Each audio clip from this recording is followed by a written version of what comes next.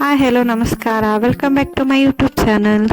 So ಎಲ್ಲರೂ ಹೇಗಿದ್ದೀರಾ, ಚೆನ್ನಾಗಿದ್ದೀರಾ ಅಂತ ಭಾವಿಸ್ತೇನೆ. ಸೊ ಇವತ್ತಿನ ಒಂದು ವಿಡಿಯೋದಲ್ಲಿ ನಾನು ಮಶ್ರೂಮ್ ಮಸಾಲ ರೆಸಿಪಿ ಹೇಗೆ ಮಾಡೋದು ಅಂತ ನಿಮಗೆ ಹೇಳಿಕೊಡ್ತೇನೆ. ಅದಕ್ಕೂ ಮೊದಲು ನನ್ನ ಚಾನಲ್ ಇನ್ನೂ ಯಾರು ಸಬ್ಸ್ಕ್ರೈಬ್ ಮಾಡಿಲ್ಲ, ಸಬ್ಸ್ಕ್ರೈಬ್ ಮಾಡಿ ಹಾಗೂ ಲೈಕ್, ಕಮೆಂಟು, ಶೇರು ಮಾಡಿ. ಫಾರ್ ನೋಟಿಫಿಕೇಷನ್ ಬೆಲ್ ಐಕಾನನ್ನು ಒತ್ತಿ. ಸೊ ರೈಸ್ ಒಟ್ಟಿಗೆ ತಿನ್ಬೋದು. ಸೊ ಇದು ಬಂದುಬಿಟ್ಟು ಗ್ರೇವಿ ಟೈಪ್ ಇರ್ತದೆ ರೆಸಿಪಿ. ಸೊ ತುಂಬ ಅಂದರೆ ತುಂಬ ಟೇಸ್ಟಿಯಾಗಿರುತ್ತೆ ಮಶ್ರೂಮ್. ಸೊ ಹೇಗೆ ಮಾಡೋದು ಅಂತ ತೋರಿಸ್ತೇನೆ ನೋಡಿ. ಮೊದಲಿಗೆ ನಾನಿಲ್ಲಿ ಮಶ್ರೂಮನ್ನು 2 ಪ್ಯಾಕೆಟ್ ತೆಗೊಂಡಿದ್ದೇನೆ. ಮನೆಯಲ್ಲಿ ಬೆಳೆದಿರೋದಲ್ಲ, ಹೊರಗಡೆ ತೆಗೊಂಡಿರುವಂಥದ್ದು ಅಂಗಡಿಯಲ್ಲಿ. ಸೊ ಈ ಮಶ್ರೂಮನ್ನು ಚೆನ್ನಾಗಿ ಫಸ್ಟ್ ಕ್ಲೀನ್ ಮಾಡ್ಕೋಬೇಕು. ಮೊದಲಿಗೆ ನಾನಿಲ್ಲಿ ನೀರಲ್ಲಿ ಹಾಗೆಯೇ ತೊಳೆದಿದ್ದೇನೆ. ನೆಕ್ಸ್ಟ್ ಇದಕ್ಕೆ ಅರಿಶಿಣ ಮತ್ತು ಒಂದು ಸ್ವಲ್ಪ ಉಪ್ಪು ಹಾಕಿ ಚೆನ್ನಾಗಿ ತೊಳ್ಕೊಳ್ತಾ ಇದ್ದೇನೆ.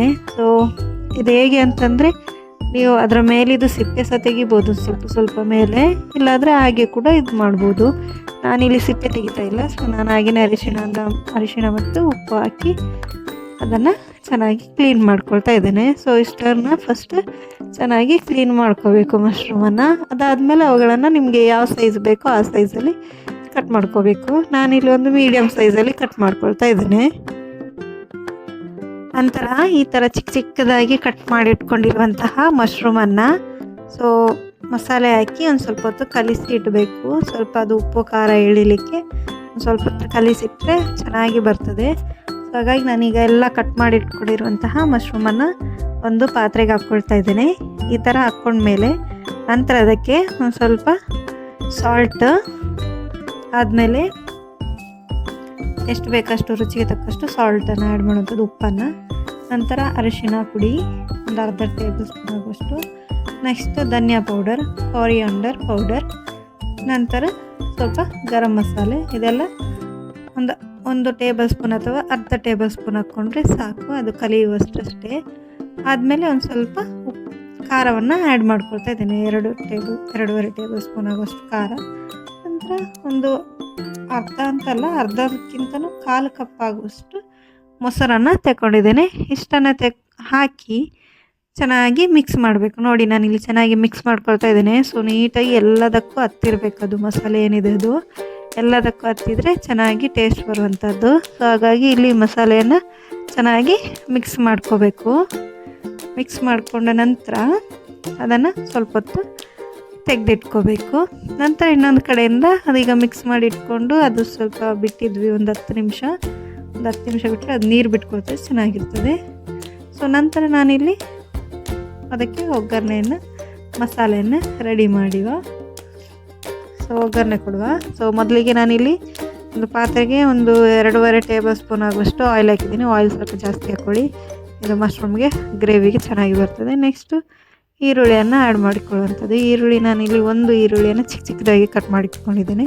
ನೆಕ್ಸ್ಟು ಶುಂಠಿ ಬೆಳ್ಳುಳ್ಳಿ ಪೇಸ್ಟನ್ನು ಆ್ಯಡ್ ಮಾಡ್ಕೊಳ್ಳಿ. ನಾನಿಲ್ಲಿ ಶುಂಠಿ ಬೆಳ್ಳುಳ್ಳಿ ಪೇಸ್ಟ್ ಇಲ್ಲದ ಕಾರಣಕ್ಕೆ ನಾನು ಬೆಳ್ಳುಳ್ಳಿ ಮತ್ತು ಶುಂಠಿಯನ್ನು ಎರಡನ್ನು ಕೂಡ ಜಜ್ಜಿ ಹಾಕ್ತಾಯಿದ್ದೇನೆ. ನಿಮಗೆ ಆಪ್ಷನಲ್, ನಿಮಗೆ ಶುಂಠಿ ಬೆಳ್ಳುಳ್ಳಿ ಪೇಸ್ಟ್ ಇದ್ದರೆ ಹಾಕ್ಕೊಳ್ಬೋದು.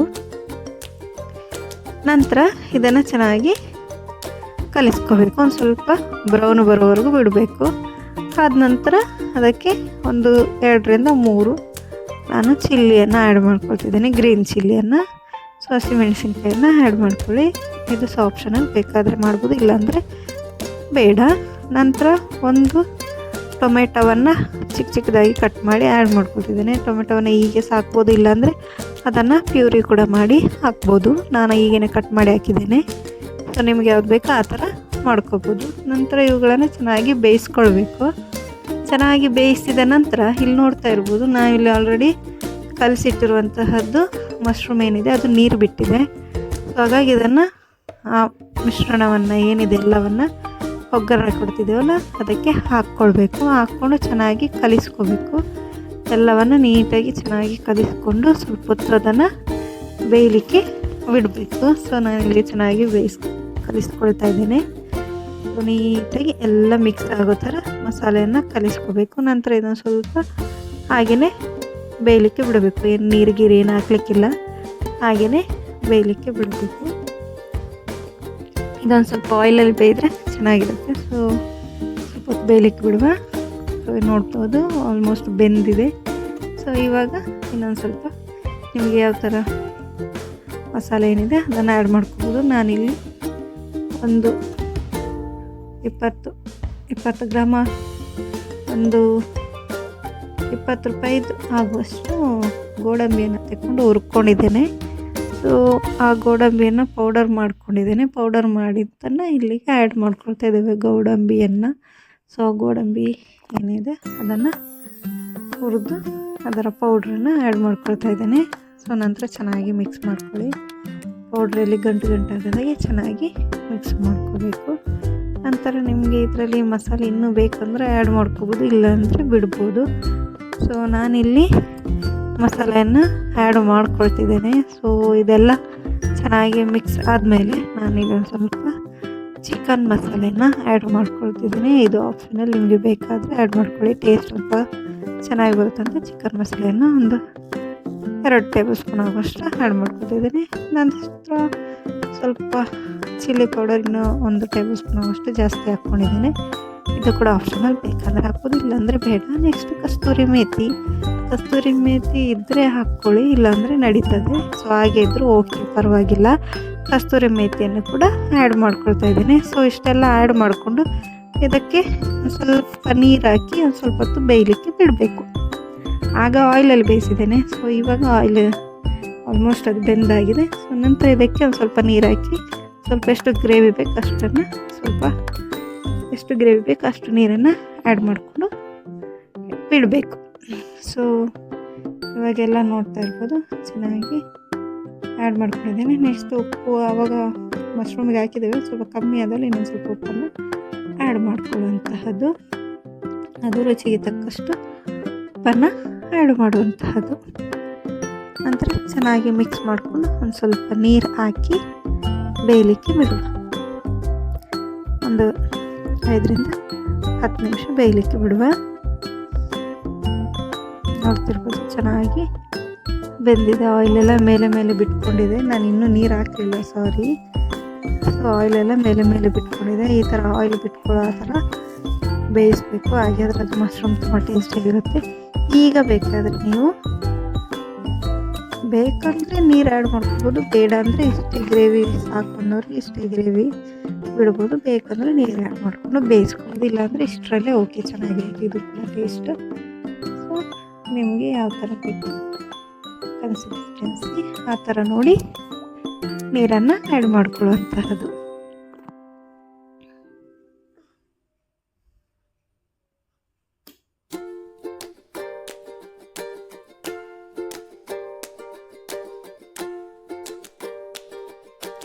ಸೊ ಈಗ ಲಾಸ್ಟ್ ಫೈನಲ್ ಆಗಿ ಕೊತ್ತಂಬರಿ ಸೊಪ್ಪನ್ನು ಆ್ಯಡ್ ಮಾಡುವ. So this is the final step.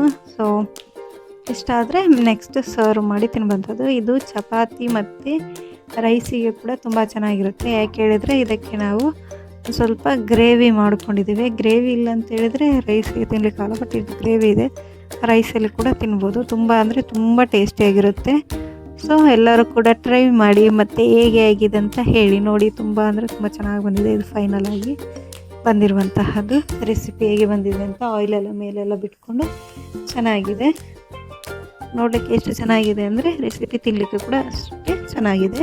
So ನೀವು ಕೂಡ ಟ್ರೈ ಮಾಡಿ ಹೇಗೆ ಆಗಿದೆ ಅಂತ ನನಗೆ ಕಮೆಂಟ್ ಸೆಕ್ಷನಲ್ಲಿ ಕಮೆಂಟ್ ಮಾಡಿ. ತುಂಬ ಅಂದರೆ ತುಂಬ ಟೇಸ್ಟಿಯಾಗಿರುವಂತಹ ರೆಸಿಪಿ ಆಗಿರುವಂಥದ್ದು ಮಶ್ರೂಮ್ ರೆಸಿಪಿ. ಸೊ ಇಂತಹದ್ದೇ ವೀಡಿಯೋಗೋಸ್ಕರ ನನ್ನ ಚಾನಲನ್ನು ಸಬ್ಸ್ಕ್ರೈಬ್ ಮಾಡಿ ಹಾಗೂ ಲೈಕು ಕಮೆಂಟು ಶೇರು ಮಾಡಿ. So thank you for watching.